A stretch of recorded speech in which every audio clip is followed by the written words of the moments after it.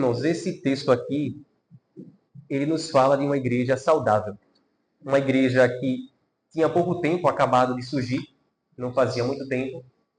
E a gente tem a descrição aqui de uma igreja cheia do Espírito de Deus, uma igreja que a gente poderia ter chamado de madura, apesar de eles não terem muito tempo como cristãos. E a gente poderia chamar, inclusive, de uma igreja modelo, para a gente mesmo se autoanalisar, se basear nessa igreja como referência. Se a gente fizer a seguinte pergunta: o que é uma igreja madura? Que características, que marcas você daria para uma igreja madura? O que será que as pessoas hoje veem como uma igreja madura? E a gente pode aqui pensar em igreja em dois sentidos.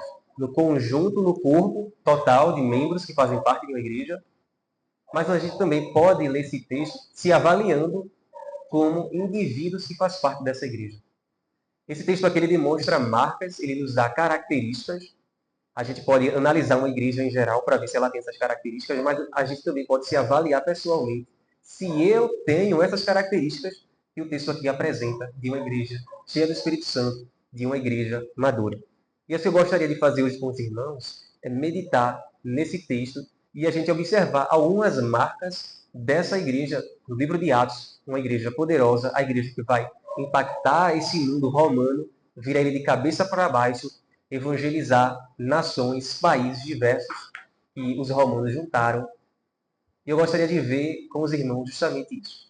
Enquanto a gente observa e expõe a palavra, que a gente possa fazer uma autoavaliação. A nossa realidade aqui de bom sucesso. O quanto a gente se parece com essa igreja, o que é que nos falta para nos tornarmos parecidos com essa igreja? Será que a gente já chegou à semelhança dessa igreja? E nós, como indivíduos, será que eu tenho a característica desses cristãos que são apresentados aqui? Então é isso que eu gostaria de meditar hoje com os irmãos. Observando o versículo 42, o texto já inicia dizendo: E perseveravam na doutrina dos apóstolos, na comunhão, no partir do pão e nas orações. É importante aqui a gente ter uma ideia do contexto. O próprio livro de Atos foi escrito por Lucas. Ele dá continuidade a uma série, né, ou a um compilado, que é o livro, o Evangelho segundo Lucas. Então, Lucas conta a narrativa do nascimento de Jesus até sua morte e ressurreição.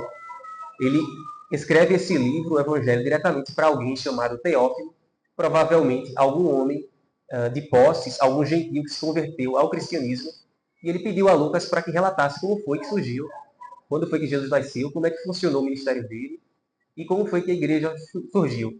E o livro de Atos ele dá continuidade ao Evangelho de Lucas, e o objetivo, então, de Lucas, ao escrever esse livro, é relatar o surgimento da igreja, o seu crescimento, o seu desenvolvimento nos seus primeiros anos. O livro de Lucas provavelmente foi escrito antes do ano 70.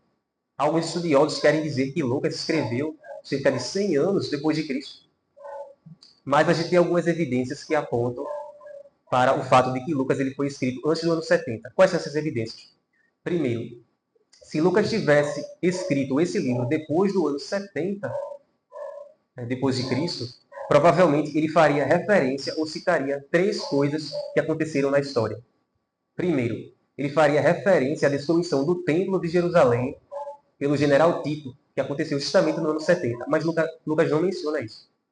Segundo, ele faria referência à perseguição aos cristãos pelo imperador Nero e o incêndio de Roma. Ele também não menciona isso aqui. Na verdade, quando a gente lê o livro de Atos, a gente vê que os romanos eles têm até uma certa simpatia pelos cristãos. A gente vê que eles não menosprezam Paulo pelo fato de ele ser cristão. Os governadores romanos param para ouvir a pregação de Paulo, a ponto de um deles chegar a dizer: Paulo, por pouco não me convences. E outro fator que Lucas poderia mencionar, se ele tivesse escrito esse livro depois dos anos 70, seria a morte do apóstolo Pedro e a morte do apóstolo Paulo. Mas ele não relata a morte de nenhum dos dois. Muito pelo contrário, o livro termina com Paulo preso em prisão domiciliar em Roma. O que indica, então, que quando Lucas escreveu esse livro, o apóstolo Paulo ainda estava vivo. O livro ele pode ser dividido de forma simples, para a gente entender melhor, em duas partes. Na primeira parte, que vai do capítulo 1 até o capítulo 12, a gente tem o ministério apostólico focado na igreja de Jerusalém, entre os judeus. E quem ganha bastante destaque nessa primeira parte é o apóstolo Pedro. A segunda parte do livro vai do capítulo 13 até o capítulo 28. E essa segunda parte agora ela foca no ministério do apóstolo Paulo entre os gentios, entre aqueles que não são judeus. O texto que nós lemos aqui ele faz parte da primeira parte do livro, onde a igreja ela ainda está focada em Jerusalém. Aqui ela é só composta de judeus. Ainda não tem samaritanos, ainda não tem gregos. Eles ainda não se espalharam para esses povos, então eles estão focados em Jerusalém. No capítulo 1, Jesus deu a ordem, antes de subir para os céus, para eles pregarem em Jerusalém, em Samaria e até os confins da terra. E então, no capítulo seguinte, no capítulo 2, o Espírito Santo desce no dia de Pentecostes. Eles estavam reunidos em oração. E Pedro, cheio do Espírito Santo, pregou para aquela multidão em um único dia. Cerca de 13 mil pessoas se converteram. Então a gente vê a pregação de Pedro para aquele povo e agora todas as pessoas estão integradas dentro da igreja. E aí, quando a gente continua, essa pregação de Pedro vai do capítulo 2, do versículo 14 até o 36, e aí do verso 37 até o 41, mostra esse processo que eles são batizados, eles se arrependem, eles entram no corpo da igreja. Mas ok, uma vez que as pessoas se arrependeram, compreenderam a mensagem do Evangelho, creram em Cristo, foram justificadas, foram perdoadas, como é o nosso caso, como é que a gente vive agora? Como é que deve se pautar, se basear a vida do cristão? E é aqui onde entra a parte prática da vida cristã. A gente vai ver agora as marcas dessa igreja, e uma igreja cheia do Espírito de Deus, e uma igreja madura, e a gente vai se autoanalisar à luz dessa palavra. Só no versículo 42, que é o primeiro verso que nós lemos, a gente já tem aqui pelo menos 4 características que devem marcar uma igreja cheia de Deus, uma igreja madura, uma igreja saudável. A primeira marca aí está no verso 42, no início, quando ele diz: e perseveravam na doutrina dos apóstolos. E perseveravam na doutrina dos apóstolos. Ou seja, uma igreja saudável é uma igreja que tem doutrina. Uma igreja que não tem o ensino da palavra, uma igreja onde os seus membros não se preocupam em adquirir conhecimento, entendimento sobre quem Deus é, sobre o que Ele fez, sobre quem é o homem, qual é a nossa relação com Deus, como nós devemos viver agora que somos cristãos, uma vez que uma igreja ela não se preocupa com isso, ela não entra dentro desse perfil da igreja de Atos. Uma igreja que não tem doutrina, ela está sujeita a receber ideias do mundo, ideologias do mundo, concepções do mundo, inclusive criar suas próprias ideias errôneas e serem desaprovados por Deus. Como Paulo vai mencionar em uma das suas cartas, alguns cristãos que são levados por todo o vento de doutrina. Uma vez que eles não têm doutrina, eles não têm fundamento, não sabem nem no que sequer acreditam, eles são sujeitos a serem enganados por qualquer pessoa que saiba falar bem e consiga distorcer a palavra. Essa já é a primeira característica que nós vemos aqui de uma igreja fiel, de uma igreja saudável. Agora, observem também que não é qualquer doutrina. Porque ele diz aí, na doutrina dos apóstolos. Ou seja, não é a doutrina de outros, mas sim a doutrina dos apóstolos. O que aponta para o que a gente chama de ortodoxia, que é o ensino correto, a doutrina correta. A doutrina dos apóstolos. Isso é tão importante para a gente entender, porque se o fundamento, a base da igreja, é a doutrina dos apóstolos, qualquer doutrina que contrarie, ou seja, diferente da que eles passaram, a gente pode considerar como herético ou heresia. E se alguém traz um ensino diferente daquele evangelho que os apóstolos pregaram, essa pessoa, infelizmente, ela não faz parte da igreja espiritual de Deus. Isso é tão importante que Paulo, em Gálatas, capítulo 1, ele vai dizer assim para os Gálatas: Gálatas insensatos, quem foi que corrompeu vocês? Vocês ouviram o evangelho da nossa própria boca e agora vocês estão acreditando em outro evangelho, mas não há outro evangelho. Só há um evangelho, que foi esse evangelho que foi confiado aos apóstolos e eles então pregam para as pessoas. A tal ponto que Paulo vai dizer: se alguém trouxer outro evangelho, seja anátema, seja maldito. Ainda que um anjo do céu traga outro evangelho, seja ele maldito. Ainda que eu mesmo traga outro evangelho, que eu seja maldito, que eu seja anátema. Então a gente já vê aqui que uma igreja fiel, uma igreja saudável, ela busca conhecimento doutrinário. Ela tem conhecimento doutrinário.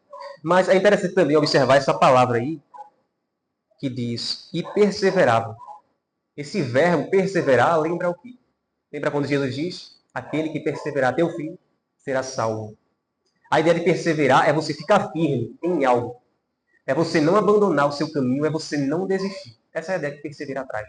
Mas aqui, dentro desse contexto, ela indica muito mais. É a ideia de persistir, de insistir, de manter constância, de não parar, de continuar. Ou seja, perseverar na doutrina dos apóstolos indica o seguinte. Se a gente olhar os versos anteriores, foi a pregação de Pedro. O que foi que Pedro ensinou? Que Jesus é o Cristo, o Filho de Deus, prometido, o Messias da linhagem de Davi, e que através da fé nele, os homens alcançam a remissão dos seus pecados. Isso é doutrina. Eles concordaram. Mas a ideia de perseverar é continuar. Ou seja, eles não vão abandonar esse ensino que receberam. Então, pode ser que em algum momento você até concorde com o que é passado aqui, mas de tanto você dar ouvido a outras coisas, você comece a se desviar, a não perseverar. E aí você começa a buscar salvação por obras, salvação por outros meios. Você começa a querer ser coparticipante dos méritos da sua salvação, em vez de entender que é totalmente de Deus. E você vai se desviando aos poucos. Você não persevera na doutrina. E perseverar também traz a ideia de persistir. Ou seja, é a ideia de que a igreja, eles não só receberam a doutrina, compreenderam a doutrina, mas eles se aprofundam na doutrina dos apóstolos. Porque, veja, se fosse simplesmente receber aquela doutrina e parar por aí, não vai fazer muito sentido o que os apóstolos vão dizer lá no capítulo 6. Porque quando há o problema da distribuição dos bens, os apóstolos vão dizer, olha, escolham homens exemplares, cheios do Espírito de Deus, para serem diáconos. Eles vão distribuir os bens. Quanto a nós, os apóstolos, nós nos dedicaremos à oração e ao ministério da palavra. Que ministério da palavra é esse? É o ensino, é a doutrina. Os apóstolos, eles pegam o texto do Antigo Testamento e interpretam, inspirados pelo Espírito Santo, eles trazem a mensagem do Evangelho, a correta interpretação. E a multidão, aqueles que compõem a igreja, eles vão fazer o quê? Vão ouvir, vão aprender. Ou seja, esse verbo aqui, perseverar, indica que eles estavam lá constantemente, buscando, aprendendo, se aprofundando no conhecimento. Eles não estavam satisfeitos com o conhecimento raso de quem Deus é e daquilo que ele fez. É o tipo de pessoa que está constantemente buscando. Essa é a primeira característica, então, que distingue essa igreja, que mostra e evidencia que ela é uma igreja saudável.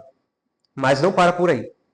Esse perseverar, ele se atribui a todos os outros elementos que vão ser mencionados no texto. Ele diz, e perseveravam na doutrina dos apóstolos e na comunhão. Outra característica aqui dessa igreja. Não é só doutrina. Tem igreja que tem muita doutrina. As pessoas sabem, entendem, sabem interpretar o texto, sabem ler a Bíblia, preservam a tradição apostólica, o verdadeiro ensino, mas não tem comunhão. Aqui tem outro elemento, então, que caracteriza essa igreja. Comunhão. E o que é comunhão aqui? A gente pode entender em dois sentidos, pelo menos, essa expressão comunhão. A primeira é o próprio ajuntamento para cultuar a Deus. Ou seja, comunhão traz a ideia de estarem juntos. Pessoas que se reúnem para cultuar a Deus. Se reúnem para ouvir a palavra de Deus. O ensino apostólico. Observem, por exemplo, que no versículo 46 diz: diariamente perseveravam unânimes no templo. Diariamente perseveravam unânimes no templo. Percebe? A expressão perseverar se repetiu novamente. E vejam que tem outro elemento aqui. Diariamente. Já parou para pensar que às vezes a gente acha muito já ir para a igreja no domingo e no meio da semana uma vez? Então, 2 vezes para mim já é o limite. Já estou indo muito para a igreja. Mas observe que uma característica dessa igreja aqui é o diariamente. Eles iam ao templo. Percebem a comunhão aqui? Ajuntamento na busca em adorar a Deus e conhecer a Deus. Existe uma razão do porquê eles estavam tão fervorosos, tão empenhados em estarem na igreja. E a gente só entende quando a gente observa o contexto geral. E não só diariamente eles perseveravam unânimes no templo. Veja a expressão unânimes. Unânimes traz a ideia de que todos juntamente. Ou seja, é a ideia de que é toda a igreja que se reúne diariamente. É toda a igreja que persevera na doutrina apostólica.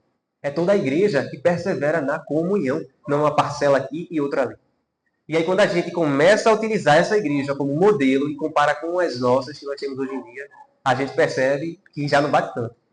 Veja, talvez alguns irmãos, eles se caracterizem, mas a gente sabe que, em geral, não caracterizam todos.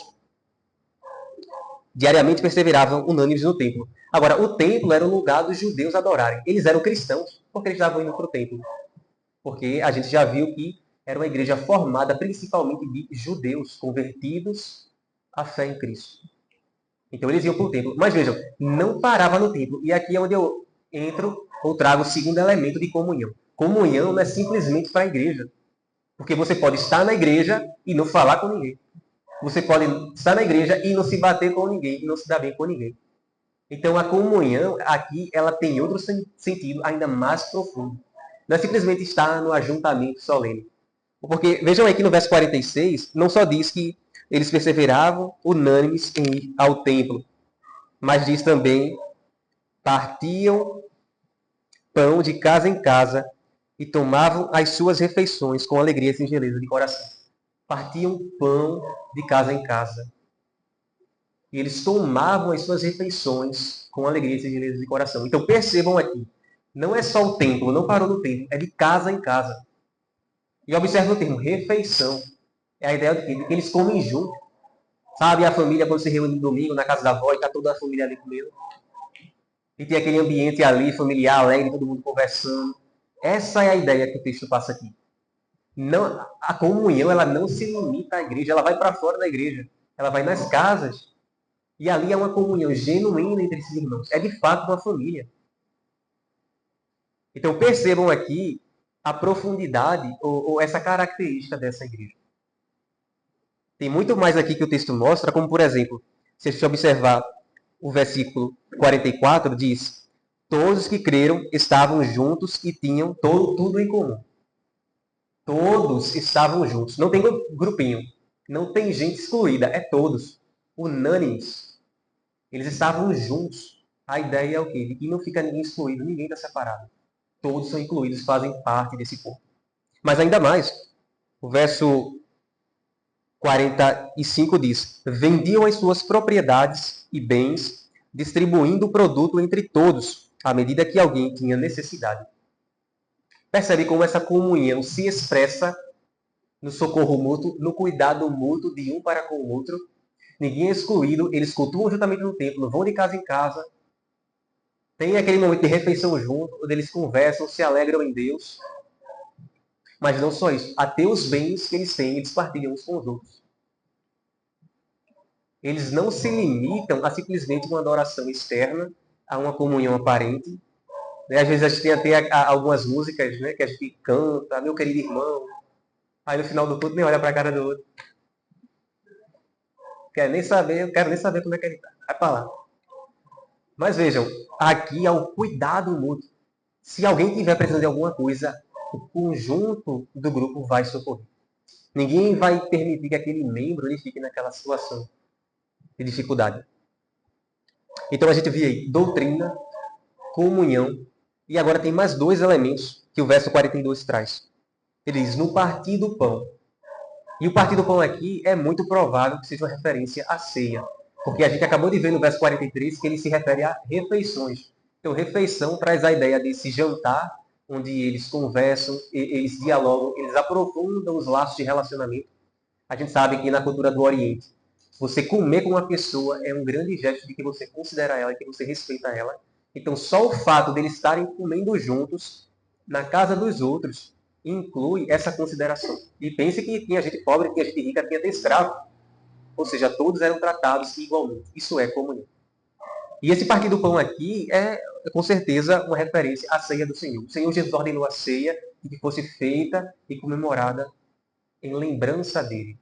E talvez isso até indique que a ceia ela era praticada em todos os cultos.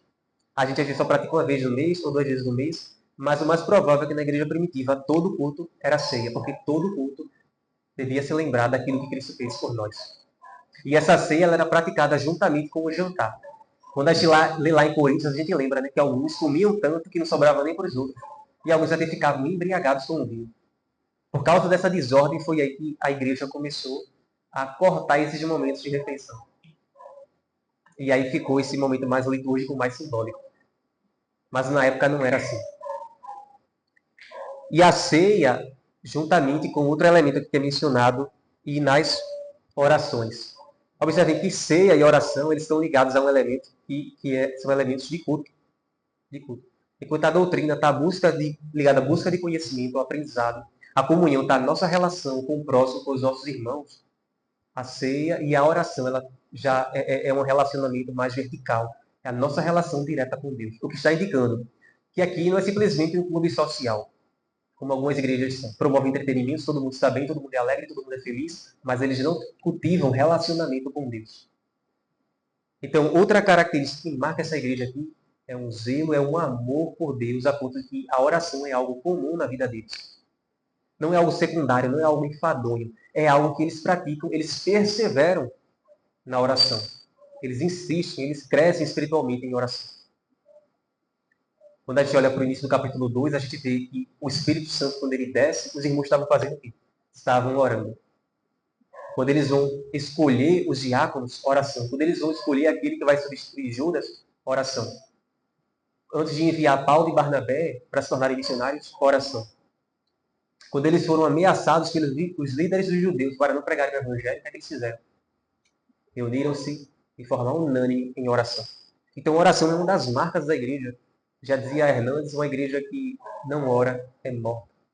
Uma igreja que não ora é morta. A oração é o elo que nos conecta diretamente a Deus. Enquanto que a doutrina vai dar um entendimento correto sobre Deus, como viver, como agir, a oração é que vai ligar diretamente. Você vai desenvolver intimidade com Deus. E muitas vezes o que acontece é que nas nossas igrejas, nos cultos de oração, não aparece quase ninguém. E se não aparece quase ninguém nos cultos de oração, o que é que a gente entende? Que estamos bastante distantes desse modelo aqui de Atos. Porque uma igreja que não se fundamenta em oração, e você pode entender tanto oração nos cultos, mas orações individuais, quando eu separo o tempo dentro de casa, nas oportunidades que eu tenho para orar a Deus, o que acontece é que essa igreja ela não vai ter poder. Ela não vai ter direcionamento. Ela vai ser marcada por confusão. Por quê? Porque quando você não ora, você mostra que você é autossuficiente.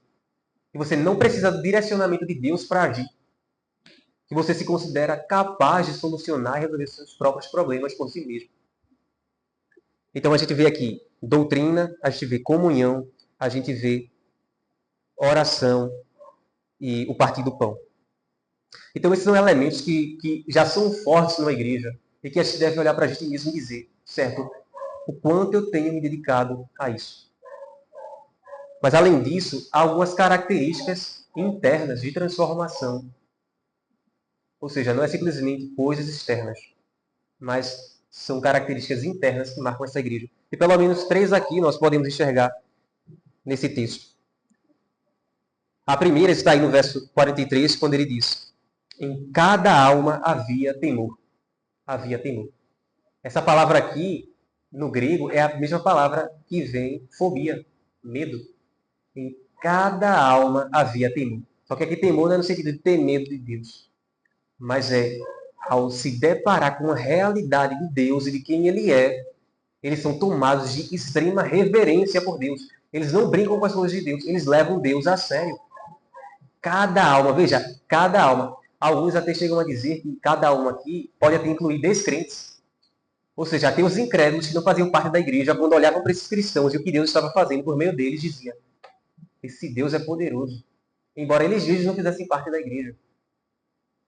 Mas o certo é que se inclui cada crente aqui. Eles temiam a Deus, eles eram reverentes com as coisas de Deus. Então percebam que eles estão cultuando a Deus no templo, eles estão ouvindo a doutrina dos apóstolos, eles estão orando, mas eles fazem isso tudo com reverência e temor. Uma igreja que olha para as coisas de Deus e trata isso a sério. E esse temor ele não é à toa, porque o próprio verso 43 diz: e muitos prodígios e sinais eram feitos por intermédio dos apóstolos. Ou seja, eles contemplavam os sinais, os milagres que Deus operava através do seu Espírito pelos apóstolos. Então eles estavam tão deparados com essa realidade de que Cristo Salvador veio, de que Ele de fato ressuscitou dos mortos, e de que ele vai vir julgar, que eles não levavam isso na brincadeira. É a fé, a plena convicção de que estamos lidando com algo real, com Deus real, com uma promessa real do céu, com uma ameaça real do inferno. Isso tudo levava essa igreja a adorar a Deus com temor. Com temor. Então, o temor é um dos que ficam, é uma das primeiras evidências internas que marcam essa igreja, mas tem outras também. A gente vê a generosidade nesse compartilhamento dos bens, o cuidado mútuo, conforme a gente destacou aqui antes. Ou seja, percebe que não é algo interno, mas a generosidade é algo que vem de dentro, parte do coração. É por isso que uma das marcas também de uma igreja saudável é que as pessoas elas desejam contribuir com os seus bens. Aqueles que não têm recursos financeiros vão contribuir com o quê? Com seus dons, com seus talentos, com seus serviços. Mas o fato é, o cristão ele se sente na necessidade de contribuir para o reino de Deus. Ele não abandona os seus que estão precisando e ele anseia investir e fazer progredir o reino de Deus e esse trabalho de pregar o Evangelho. E outras características que também nos mostram o texto é no verso 46, quando diz que de casa em casa e tomavam as suas refeições com alegria e singeleza de coração. Ou seja, a alegria, conforme Gálatas vai dizer, é um dom do Espírito Santo. Ou seja, uma igreja alegre, uma igreja bem receptiva, que acolhe as pessoas, que se alegra nas coisas de Deus, que tem prazer nas coisas de Deus. Como diz o Salmo, alegrei-me quando me disseram, vamos à casa do Senhor. Então, se a gente se vê constantemente triste, ansioso, se a gente não tem prazer nas coisas de Deus, isso já é um sinal de que nós precisamos buscar mais, porque foi para isso que Deus nos chamou. Para sermos alegres nele, para termos prazer nele, nas coisas dele. E essa expressão singeleza de coração indica pureza, ou seja, não é uma igreja marcada por divisão, por dissensões, por fofoca, por intrigas. Eles são sinceros no tratamento um com o outro. Eles são cuidadosos uns com os outros, não têm segundas intenções.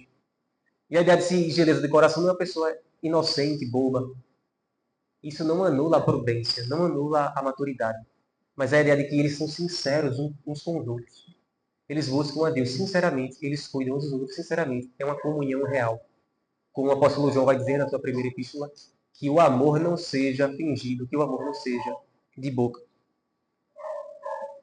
Então a gente vê aí essas características e no último verso o texto vai nos mostrar algo também que nos chama bastante atenção dessa igreja apostólica. O texto 47 diz: louvando a Deus e contando com a simpatia de todo o povo. Enquanto isso, acrescentava-lhes o Senhor, dia a dia, os que iam sendo salvos. Então, o fato interessante aqui é que, vejam, eles louvavam a Deus.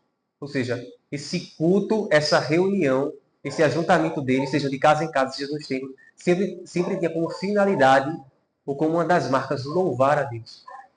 Não há uma busca por entretenimento, por satisfação pessoal. Na verdade, existe uma satisfação pessoal, mas essa satisfação pessoal está em Deus, em adorar a Deus, em servir a Deus. E é interessante porque o texto diz que eles contavam com a simpatia de todo o povo. Ou seja, aqui já é o povo judeu, aqueles que não entraram na igreja. Ele está se referindo aos incrédulos que não creram em Cristo. É interessante porque às vezes a gente tem a concepção de que o fato de você ser um cristão sincero e genuíno vai fazer com que você receba retaliação dos incrédulos. Que você seja odiado. Mas quando nós olhamos aqui para esse texto, o que acontece, na verdade, não é isso. O povo tem simpatia por eles. Na expressão grega, a ideia é eles têm a boa graça do povo, o bom favor. As pessoas gostam dos cristãos. Agora, por que eles gostam? É só olhar para a forma como eles estão vivendo. Um povo alegre, um povo acolhedor, um povo que cuida uns dos outros. Um povo que não é preconceituoso, que não diminui ninguém, que não escanteia ninguém. Um povo que é reverente diante das coisas de Deus, um povo que é unido. Então, o próprio povo incrédulo olha para esses cristãos e eles se veem atraídos, admirados por essa comunidade. Não tem como não respeitar.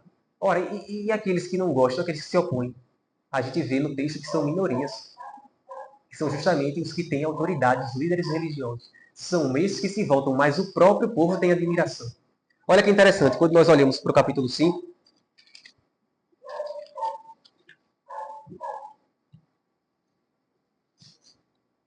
capítulo 5 diz: muitos sinais e prodígios eram feitos, a partir do verso 12. Muitos sinais e prodígios eram feitos entre o povo pelas mãos dos apóstolos, e costumavam todos reunir-se de comum acordo no pórtico de Salomão. Mas dos restantes, ninguém ousava juntar-se a eles. Porém, o povo lhes tributava grande admiração. Porque aqui no capítulo 5, a igreja já recebeu as ameaças para não pregar em nome de Jesus, senão seriam presos. Então, por que o povo não ousava se ajuntar a eles? Por causa do medo dos líderes. Líderes tão influentes que conseguiram, inclusive, convencer as autoridades romanas para crucificarem Jesus. Sendo que Jesus é uma figura muito influente, que juntava multidões, e mesmo assim eles conseguiram autoridade para condená-lo à morte. Então, as pessoas do povo comum vai dizer: eu não vou me juntar com esse povo, eu não quero correr o risco de também ser perseguido e morto. Mas vejam que, apesar deles não quererem entrar, deles não quererem fazer parte da igreja, eles admiravam. Essa é a expressão que Lucas usa. Percebe então que essa igreja, ela não só tinha uma intensa comunhão com Deus, a ponto dos seus líderes, os apóstolos, manifestarem poder, e essa manifestação de poder, milagres e sinais era para evidenciar a mensagem que eles pregavam, a doutrina que eles ensinavam. Então eles eram marcados por uma vida de oração, intensidade com Deus, prazer em estar na igreja, eles ansiavam estar na igreja. E o povo admirava isso, as pessoas ficavam maravilhadas com a forma como os cristãos viviam. Isso nos mostra e nos ensina muita coisa. É até importante aqui porque alguém pode fazer objeção. Ah, Daniel, tu estás dizendo que a gente tem que passar a semana inteira na igreja? Não, estou dizendo que o texto diz como eles viviam. Estou descrevendo. Eles passavam, eles tinham prazer. Existem dois extremos que são perigosos. Tinha até visto um pastor recentemente no Instagram, ele dizendo: se tiver um crente muito ocupado na minha igreja, está sempre envolvido em trabalho, eu mando ele logo para casa. Vá-se embora, vai cuidar da sua vida, vai estudar, vai trabalhar, vai cuidar da sua família. Esse pastor disse. Então a preocupação dele é o quê? Tem crentes que estão tão envolvidos dentro da igreja, todo dia da semana, que eles negligenciam a própria família e não trabalham. Existe um caso parecido com esse no Novo Testamento. O apóstolo Paulo se refere a alguns que deixavam de trabalhar para ficarem sendo sustentados pela igreja. A gente acabou de ver que eles ajudavam uns aos outros, eram pessoas generosas, mas tinha gente que queria se aproveitar. E Paulo vai dizer: aquele que não trabalha, que também não coma. Em outra passagem, o apóstolo Paulo também vai dizer que aquele que não cuida dos da própria casa é pior que o incrédulo. Ou seja, não adianta você estar o tempo todo na igreja e negligencia as suas responsabilidades familiares. Mas essa igreja aqui, ela não se encaixa nisso, porque eles estão diariamente, estão cultuando a Deus, são fervorosos no servir. Mas observem, eles têm bem para distribuir. Eles partilham o pão, ou seja, eles trabalham. Esse pão não vem de graça. Eles têm casas, eles vendem propriedades e distribuem, ou seja, são pessoas responsáveis que trabalham, eles têm uma vida equilibrada. O perigo é a gente utilizar a justificativa: não, mas eu tenho responsabilidades, eu tenho os meus cuidados familiares, eu tenho isso, eu tenho aquilo, e negligencia o culto a Deus, negligencia a comunhão. Ora, quer viver dessa forma? Pode viver. Só não vai poder ser caracterizado como uma igreja saudável. Porque uma igreja unida, ela se fortalece mutuamente. Os irmãos se repreendem, eles ensinam, se admoestam, eles crescem espiritualmente, eles oram uns pelos outros, intercedem uns pelos outros. Nesse próprio no capítulo 4, diz no verso 34: pois nenhum necessitado havia entre eles, porquanto os que possuíam terras ou casas, vendendo-as, traziam os valores correspondentes e depositavam aos pés dos apóstolos. Então se distribuía a qualquer um à medida que alguém tinha necessidade. Isso marcava a vida dessa igreja. Isso marcava a vida dessa igreja. E o princípio que eles trazem para a gente é: ora, se a gente quiser de fato ser usado por Deus, se a gente quiser impactar e ser reconhecido pelas pessoas ao redor, e conquistar essa admiração e quebrar essa primeira barreira para poder então pregar o evangelho, a gente primeiro precisa dar exemplo.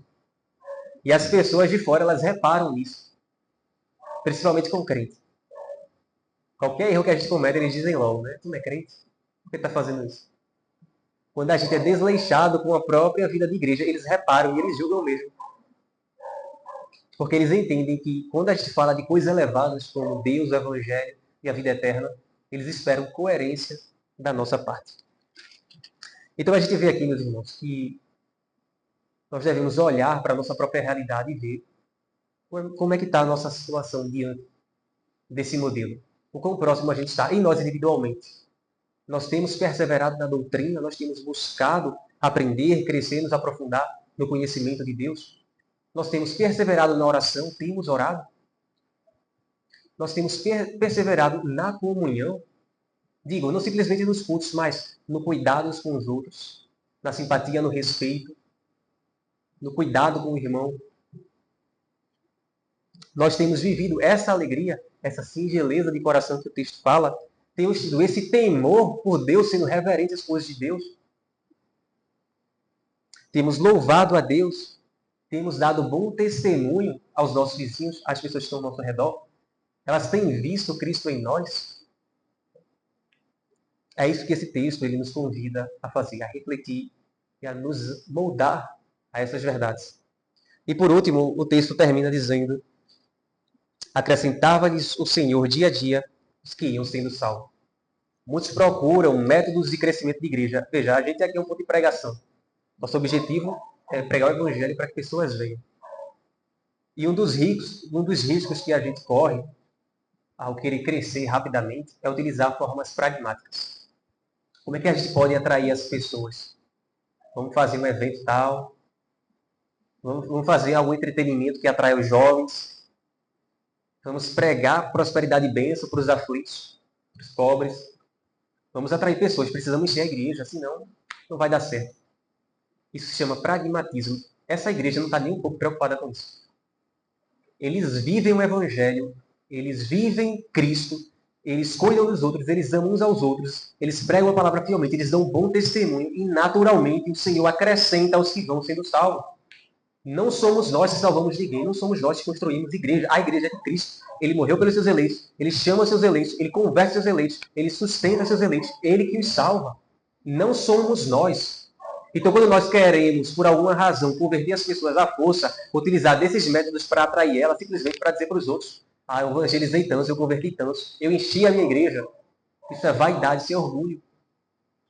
Isso caracteriza uma igreja imatura. Uma igreja carnal, uma igreja que não busca a glória de Deus, mas sim a sua própria satisfação, a sua própria glória. Mas o que o texto nos mostra aqui é: você quer crescer? Pois bem, primeiramente, confie em Deus, porque é Ele que chama seus eleitos, é Ele que converte os corações. E, em segundo lugar, viva de acordo com a palavra de Deus. A gente viu lá que o comecinho inicia, perseveravam na doutrina dos apóstolos. Doutrina não é simplesmente quem Deus é ou o que Ele fez, mas é como Ele quer que nós vivamos. Doutrina, santificação também é doutrina. Abandono de pecado também é doutrina. Saber o que é certo e errado é doutrina. E devemos, então, perseverando nessa doutrina dos apóstolos, nos amoldar a essa doutrina. O que é que essa doutrina nos diz? Abandone os pecados, arrependa-se. Viva de uma forma santa, glorifique o nome de Deus em tudo quanto você faz. Honre a Deus, priorize Ele acima de qualquer coisa. Não compita, não coloque nada competindo com Ele em seu coração. Porque no momento que você viver assim, então os incrédulos, eles vão admirar e naturalmente Deus vai trazer eles. Porque da mesma forma que a fé vem pelo ouvir a palavra de Deus, o bom testemunho também anuncia a palavra de Deus. Pois ele prova e mostra como Deus é real e atuou em nossos corações e transformou as nossas vidas. No final de tudo, tudo volta para Deus. Tudo inicia com Ele e termina com Ele. Pedro pregou o Evangelho cheio do Espírito Santo. Não veio dele, mas do Espírito Santo. O Espírito Santo compungiu o coração daqueles judeus. Eles creram, se arrependeram. E o Espírito Santo agora os guia para viver uma vida de oração, uma vida de santificação, uma vida de amor e cuidado mútuo uns com os outros, de zelo pelo culto a Deus, de zelo pela comunhão, de zelo pela reunião, de zelo pelo louvor. E os incrédulos veem isso, eles se admiram, e através disso, o Evangelho é pregado em seus corações. Cristo os converte e os leva para a igreja. E o Senhor vai acrescentando os que vão sendo salvos. Então, se a gente estiver preocupado com o método de evangelismo, está aqui o principal método de evangelismo. Viva o Evangelho. Viva o Evangelho. Seja semelhante a Cristo. Siga o exemplo de Cristo. Mostre Cristo pelo seu viver. Não é uma campanha evangelística que a gente vai fazer um dia aqui, no sábado de tarde, que vai convencer as pessoas. Mas é o nosso testemunho diário, o nosso cuidado e zelo diário com Deus, a nossa alegria. Porque eu vou entrar nessa alegria? Porque eu vou entrar nessa igreja. Quando eu entro na igreja, está todo mundo com cara Como disse Paulo Gil, cara de pastel. O pessoal tá no culto, parece estar no velório. Eu não vou ficar nesse lugar não, vai embora. Ou seja, a alegria ela transmite, porque eu vou ficar num ambiente que não me recepciona bem, que não transmite alegria. Então, se eu quero evangelizar, se eu quero crescer como igreja, se eu quero amadurecer como igreja, eu tenho que viver esse evangelho, esse convite que Cristo nos faz. Então, meus irmãos, que possamos, tendo em vista essa palavra, meditar, procurar nos adequar. Ah, não é do meu jeito. As coisas não são do jeito. Eu não gosto, não quero ver assim, não. Porque a nossa preocupação é qual o mínimo que eu posso fazer para entrar no céu. Então, eu quero fazer o menos esforço possível. Qual o mínimo que eu preciso saber da Bíblia? Eu só vou ler as páginas necessárias. Qual é? Novo Testamento, livro de João. Qual o mínimo de tempo que eu preciso orar? Só 30 segundos? Só obrigado e amém? Qual é o mínimo de comunhão que eu preciso? Acho que só basta ir para os domingos à noite, já está suficiente. Eu não quero me preocupar em me relacionar com meus irmãos, em aprofundar laços de relacionamento, de cuidado mútuo, de saber como eles estão, de como eu posso ajudá-los, e de como eu também posso aprender e me alegrar com isso. Eu quero fazer o mínimo. E o resto do tempo e o resto da minha energia eu dedico para as minhas próprias satisfações pessoais, para as minhas conquistas pessoais e para o mundo, e para todas as demais demandas que o mundo exige, mas menos para Deus. E a gente vive assim, e aí o resultado é simples, uma igreja fria, morta, seca, onde as pessoas cultuam sem alegria, vivem sem alegria, não se santificam, não têm desejo por Deus, não anseiam Deus. E quem olhar de fora nunca vai querer participar desse meio, porque eu iria gostar de participar desse meio. É melhor estar no mundo se alegrando.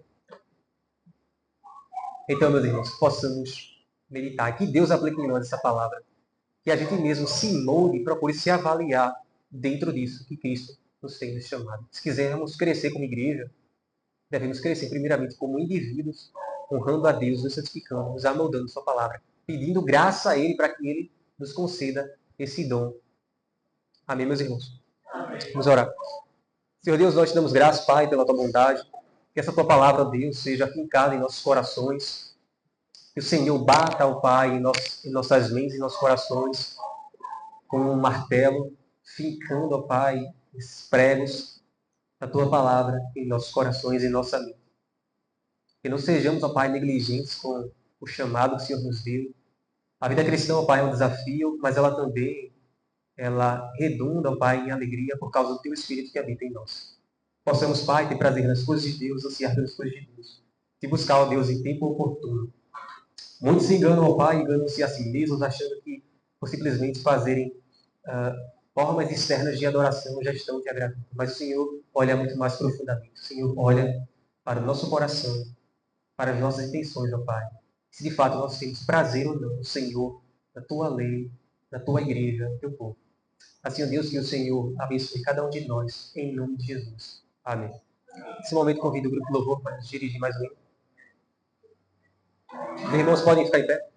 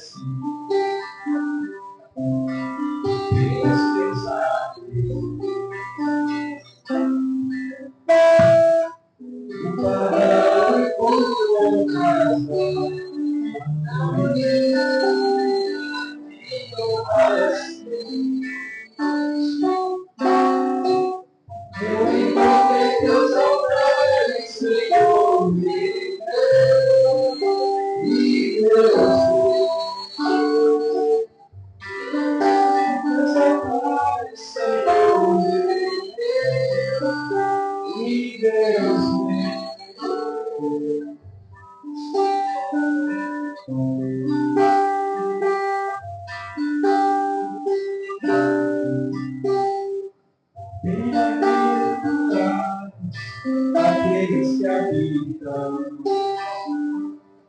em tua casa. Que são os teus